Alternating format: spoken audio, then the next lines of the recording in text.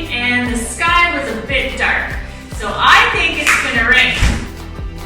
So quick, come, let's sing around the campfire and sing some campfire songs together.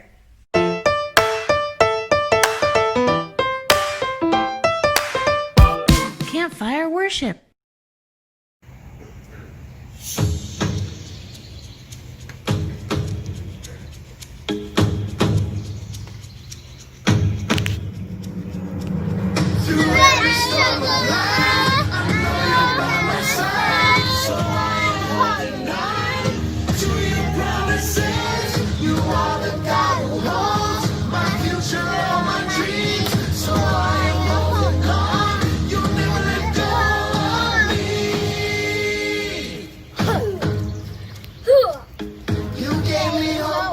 Was all but gone.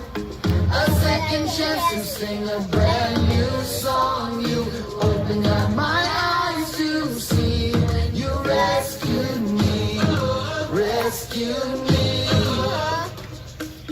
You showed the way when there was no way out. Cleared up my mind when you erased all doubt. You made me strong when I was weak. You rescued me, rescued me. You made me strong alive. I know you're by my side, so I'm holding on to your promises. You are the God who holds my future, all my dreams, so I'm holding on. You never let go of me. Holding on to you. You are my God. I know you'll see me through. Hey! You are my God. I'm holding on to you. You are my God. I know you'll see me through. Hey! You are my God. I'm holding on to you. You are my God. You are my God. I know you'll see me through. Hey! You are my God. I'm holding on to you. You are my God. I know you'll see me through. Hey! You every storm of life. I know you're by my side, so I'm holding on to your promises. You are the God who holds my future, all my dreams, so I'm holding on. You never let go of me. I know you're by my side, so I'm holding on to your promises. You are the God who holds my future, all my dreams, so I'm holding on. You never let go of me. I'm holding on to you. You are my God. I know you'll see me through. Hey, hey! You are my God. I'm holding on to you. You are my God. I know you'll see me through. Hey, hey! Well, campers, it really is getting dark out there, so I think I'm gonna go in the tent for some safety.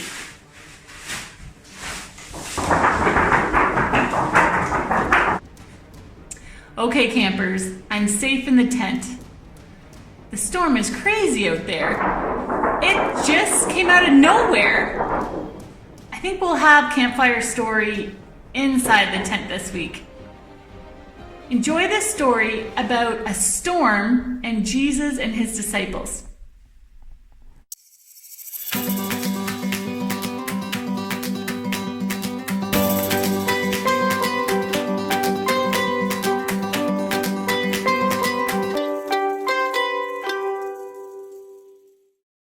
A scary storm. The story of Jesus and a stormy sea. This is a story from God's book, the Bible. It's for Rachel and Robin and Ellie. It's for all God's children. And it's for me too. So many people. So much to say. It makes Jesus tired. He needs time away. Jesus leaves with his friends. They drift out to the sea. The night is as peaceful can be.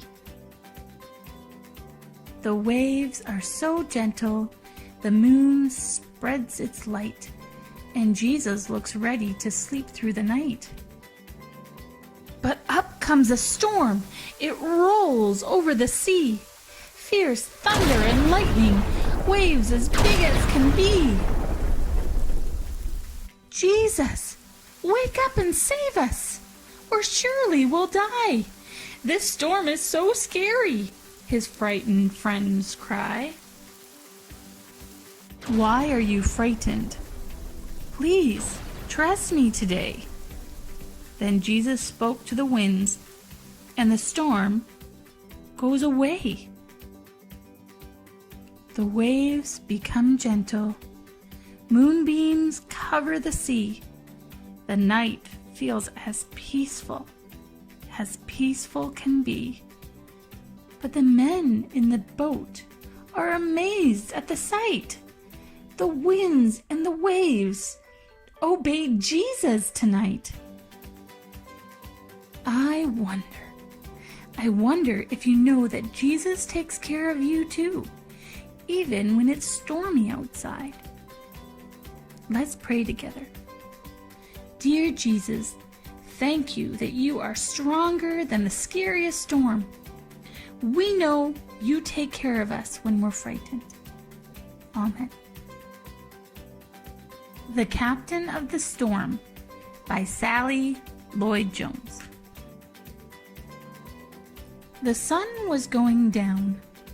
The air was warm and still. Let's go across the lake, Jesus said to his friends. Jesus had been helping people all day, and now he was tired. So they left the crowds at the shore and set out in a small fishing boat. Jesus climbed into the boat to take a nap. As soon as his head touched the pillow, he fell fast asleep. It was a beautiful evening. A gentle breeze rustled the sails. The friends were chatting happily as they headed out into the middle of the lake. Everything was perfect, just right for a nice, quiet sail. They were only about halfway across when out of nowhere, whirling winds swept across the lake, fierce and strong like a hurricane. A blinding flash of lightning lit up the sky. Thunder roared right overhead. The storm blew the water into towering waves that hurled the little boat up, up, up, then sent it hurling, crashing down, down, down. The fishing boat was blown and buffled and tossed and turned, back and forth and up and down, left and right and round and round. And in the middle of the storm,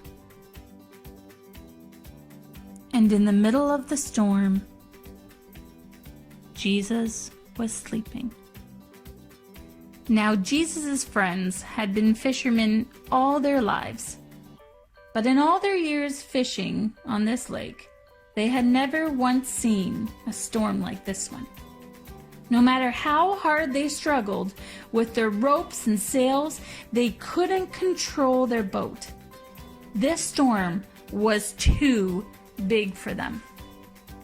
But the storm wasn't too big for Jesus. "Help!" they screamed. "Wake up! Quick! Jesus!" Jesus opened his eyes. "Rescue us! Save us!" they screeched. "Don't you care?" Well, of course Jesus cared. And this was the very reason he had come, to rescue them and to save them. Jesus stood up and spoke to the storm. "Hush," he said. That's all. And the strangest thing happened. The wind and the waves recognized Jesus' voice. They had heard it before, of course. It was the same voice that made them in the very beginning. They listened to Jesus and they did what he said. Immediately, the wind stopped. The waters calmed down. It glittered innocently in the moonlight. and lapped quietly against the side of the boat, as if nothing had happened. The little boat bobbed gently up and down. There was a deep stillness and a great quiet all around. Then Jesus turned to his wind-torn friends. "Why were you scared?" he asked. "Did you forget who I am? Did you believe your fears instead of me?" Jesus' friends were quiet as the wind and the waves. And in their hearts came a different kind of storm. "What kind of man is this?" they asked themselves anxiously. "Even the winds and the waves obey him," they said, because they didn't understand. They didn't realize yet that Jesus was the Son of God. Jesus' friends had been so afraid they had only seen the big waves. They had forgotten that if Jesus was with them, then they had nothing to be afraid of, no matter how small their boat or how big the storm. Here's some I wonder questions. Take a few moments to talk about it with those around you. I wonder, if you were one of the disciples, how would you have been feeling during the storm?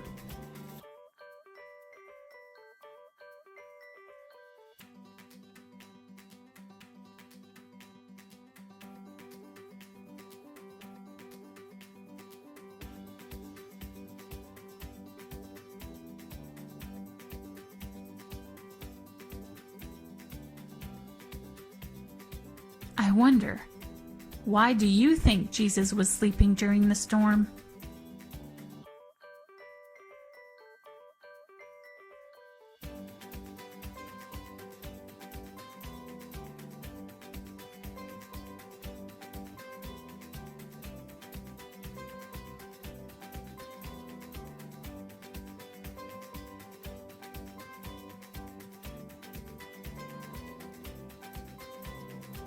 I wonder, do you ever get scared? If so, what do you do about it?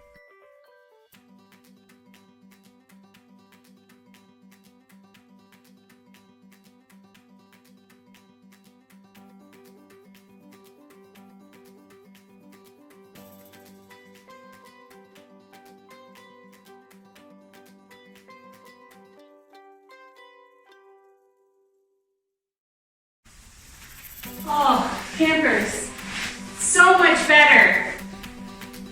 The sky is calm. There's no more wind. Wow, so much nicer. So that's probably how the disciples felt when Jesus calmed the storm for them. Jesus only had to say one sentence, and the waves and the winds listened to him because he was the creator of them. They knew his voice and they listened to him. God knows that we're fearful.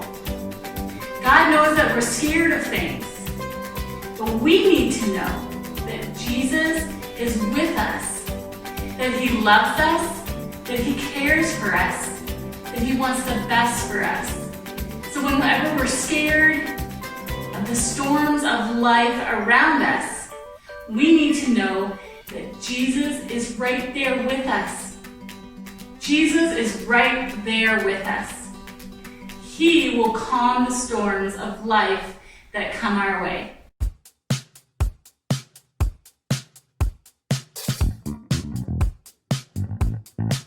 Fun fact alert!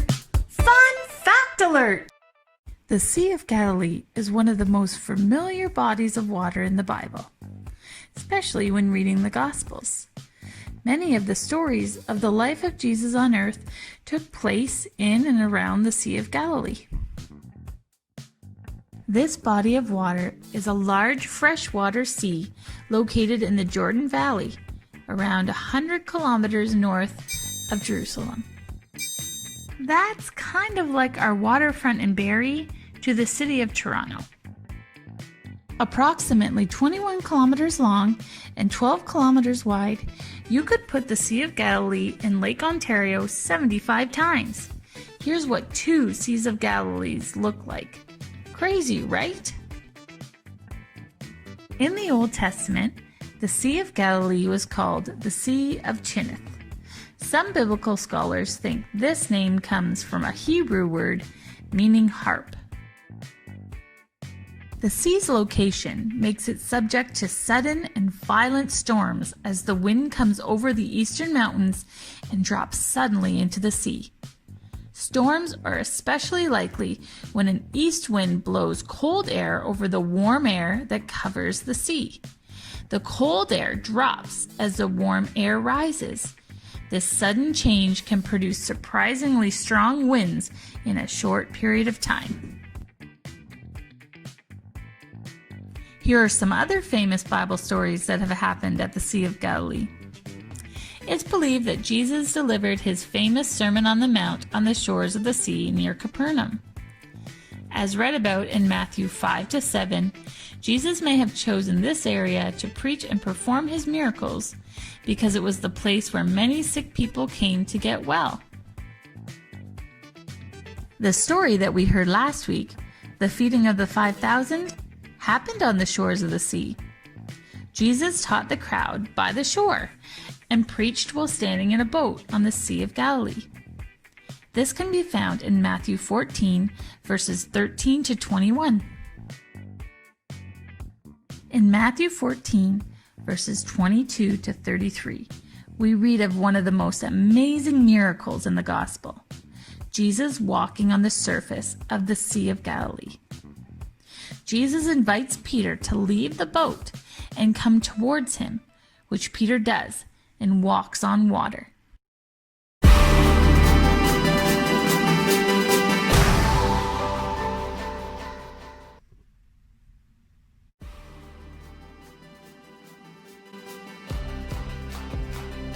If you are age 3 to grade 1, this is your craft for the week.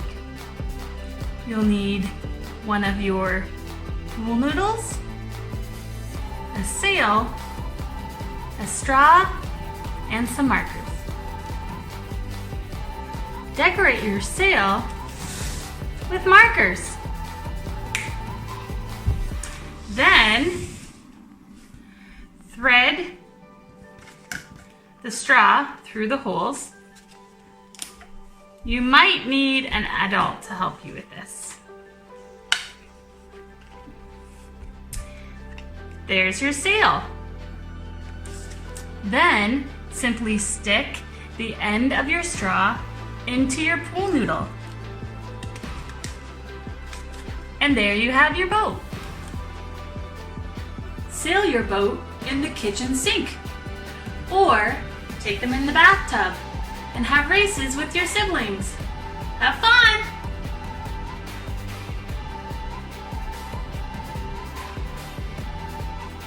If you are in grade 2 to grade 5, this is your craft for the week, an origami boat. You will need the orange page instructions and a blue sheet.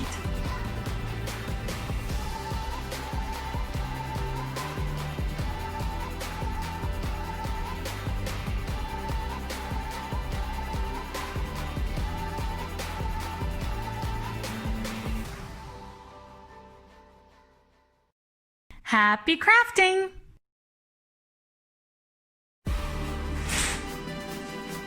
Well, that's it for this week's episode of Camp Shine. Thank you so much for coming this week. I pray that God will keep you safe, and I pray that when you're scared, you will find comfort in the arms of Jesus. Talk to you later. Bye.